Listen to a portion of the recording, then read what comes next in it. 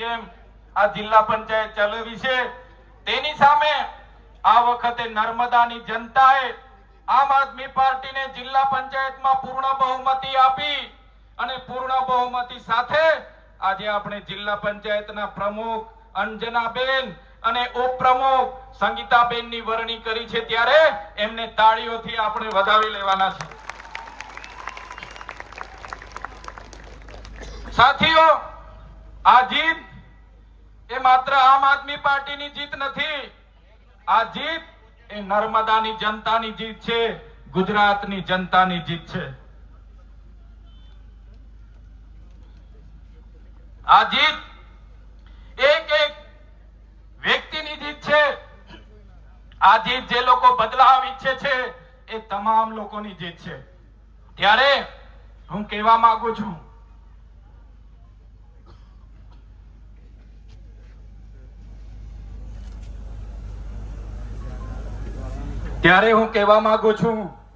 આજે તો નર્મદા જિલ્લામાં આમ આદમી પાર્ટીની જે જીત મળી છે, આ જીત થકી જે નર્મદાની જનતાએ અમને આશીર્વાદ આપ્યા છે, અમારા અંજનાબેન ને જિલ્લા પ્રમુખ અને સંગીતાબેનને તમારા થકી અમે ઉપપ્રમુખ બનાવ્યા છે, ત્યારે અમે તમને ખાતરી આપીએ છીએ, વિશ્વાસ આપીએ છીએ કે નર્મદા જિલ્લાના હરેક વ્યક્તિનું દુઃખ એ અમારું દુઃખ હશે, હરેક વ્યક્તિની પીડા એ અમારી પીડા હશે। અને તમને ખાતરી આપું છું કે એક એક વ્યક્તિનું કામ કરવાનું, એમના સુખમાં અને દુઃખમાં ઉભા રહેવાનું, એમની સેવા કરવાનું કામ હવે આમ આદમી પાર્ટી આવનારા દિવસોમાં કરશે।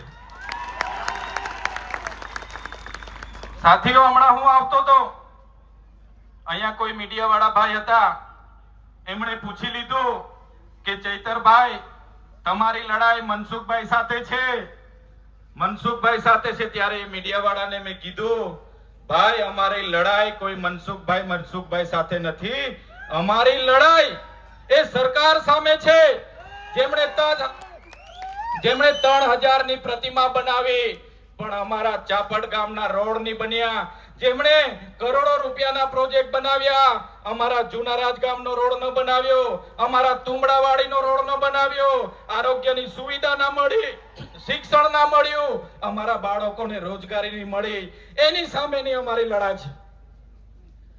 અમારી લડાઈ કોઈ વ્યક્તિ સામે નથી, મનસુખભાઈની લડાઈ નથી અમારી સામે। મનસુખભાઈને તો પોતાના ગામનો રોડ નથી બનતો, એ પોતે સરકારને વિનંતી કરે છે,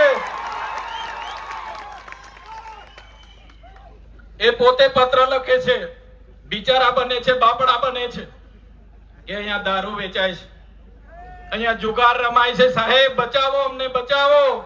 ત્યારે આ લડાઈ એ મનસુખભાઈ સાથે નથી, એમના સાહેબના સાહેબ જે ડેડિયાપાડા આવ્યા હતા એમની સામેની અમારી લડાઈ છે। સાથીઓ, અમારું સપનું હતું, જો આ સરકારો આદિવાસીઓનો વિકાસ નહીં કરશે તો આદિવાસીઓનું સ્વશાસન લાવીશું। આજે મને કહેતા આનંદ થાય છે, જે રાજધાનીનું અમે સપનું જોઈને બેઠા હતા, એ કેવડિયા રાજધાનીમાં આજે આમ આદમી પાર્ટીની સરકાર અમે બનાવી છે। આવનારા દિવસોમાં ગુજરાતમાં અમારી સરકાર બનશે અને જરૂર જણાશે તો આવનારા ભવિષ્યમાં મહારાષ્ટ્ર, મધ્યપ્રદેશ, રાજસ્થાન અને ગુજરાતને જોડીને ભીલો માટે અલગ ભીલ પ્રદેશની પણ માંગ કરી છે। હમણાં જે જનગણના થવાની છે, ત્યારે આ જાતિગત જનગણનામાં પણ આ ગુજરાતની સરકારને અમે કહેવા માંગીએ છીએ, ગુજરાતમાં 1,25,00,000 આદિવાસીઓ છે, 1,25,00,000 એટલે કે 15% આદિવાસીઓ છે। ગુજરાતમાં જો સરકારે જાતિગત જનગણના કરવી હશે તો આદિવાસીઓ માટે અલગ કોલમ બનાવવો પડશે, આદિવાસી માટે અલગ સ્થાન આપવું પડશે અને આદિવાસીઓની જનગણના કરવી પડશે।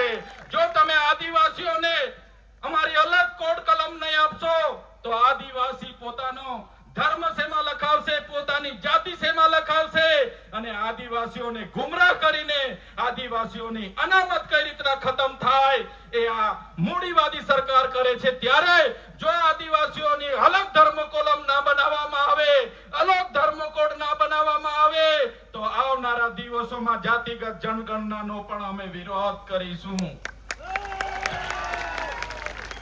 અમારી લડાઈ આ ભારતીય જનતા પાર્ટીની વ્યવસ્થા સામે છે, જેમણે અમારા વિસ્તારોના યુવાનોને રોજગારી નથી આપી. એક બાજુ નર્મદા ડેમનું પાણી આખા કચ્છમાં લઈ જવામાં આવે, સૌરાષ્ટ્રમાં લઈ જવામાં આવે. આજે ઉકાઈ ડેમના લોકોને વળતર ના મળે, કરજણ ડેમના લોકો વિસ્થાપિતોને ન્યાય ના મળે, ત્યારે અમે આ સરકારને કહેવા માંગીએ છીએ, હવે આમ આદમી પાર્ટીની સરકાર આ નર્મદા જિલ્લામાં આવી છે તો નર્મદા જિલ્લાનું પાણી જો નર્મદા, છોટાઉદેપુર, દાહોદ આદિવાસી વિસ્તારમાં નહીં આપશો તો આવનારા દિવસોમાં નર્મદા કેનાલ પણ અમે બંધ કરાવી દઈશું. બંધ. આ આદિવાસીની તાકાત છે કે નર્મદા જિલ્લા પંચાયતમાં સંપૂર્ણ બહુમતી આવી છે, ત્યારે આ ભાજપ સરકારને કહેવા માંગીએ છીએ, આ તાકાત એ આદિવાસી મૂળ નિવાસી છે, આ તાકાત એ મૂળ નિવાસીની છે અને આદિવાસી એ આદિવાસી છે.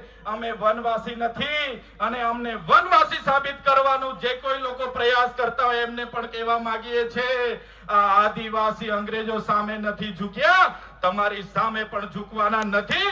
પૂરી તાકાતથી અમે લડવાના છે. સાથીઓ, આઝાદીના 78 વર્ષ થઈ ગયા. આજે શિક્ષણ નથી. આ જિલ્લામાં 12,333 બાળકો કુપોષણથી પીડાય છે, ત્યારે દુનિયાની સૌથી ઊંચી પ્રતિમા બનાવી એનો અમને વાંધો નથી, મોટા મોટા કોરિડોર બનાવ્યા એનો વાંધો નથી, પણ આ વિસ્તારમાં અનુસૂચિત 5 લાગુ નથી કરી.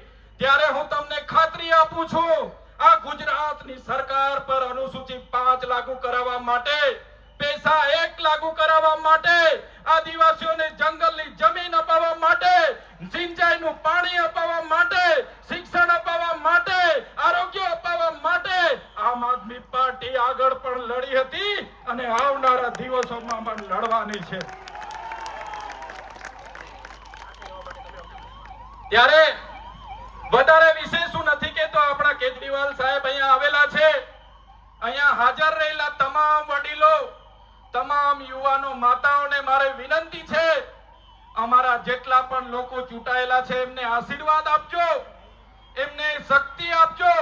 સાથે હું પ્રકૃતિને પૂજા કરું છું, હું પ્રકૃતિને વિનંતી કરું છું, પ્રાર્થના કરું છું કે અમને એટલી શક્તિ આપજો કે આ વિસ્તારના લોકોના ન્યાય માટે લડીએ, એમની સેવાડાના વ્યક્તિના વિકાસ માટે કામ કરીએ, સેવા કરીએ, એટલી અમને શક્તિ આપે એવી પ્રાર્થના કરું છું. જે પણ વડીલો અહીંયા છે એમને પણ વિનંતી છે કે અમને આશીર્વાદ આપજો. તમારા આશીર્વાદ એ જ અમારી તાકાત છે. બધાનો ખૂબ ખૂબ આભાર, ધન્યવાદ. જય આદિવાસી, જય જોહાર. આમ આદમી પાર્ટીના રાષ્ટ્રીય સંયોજક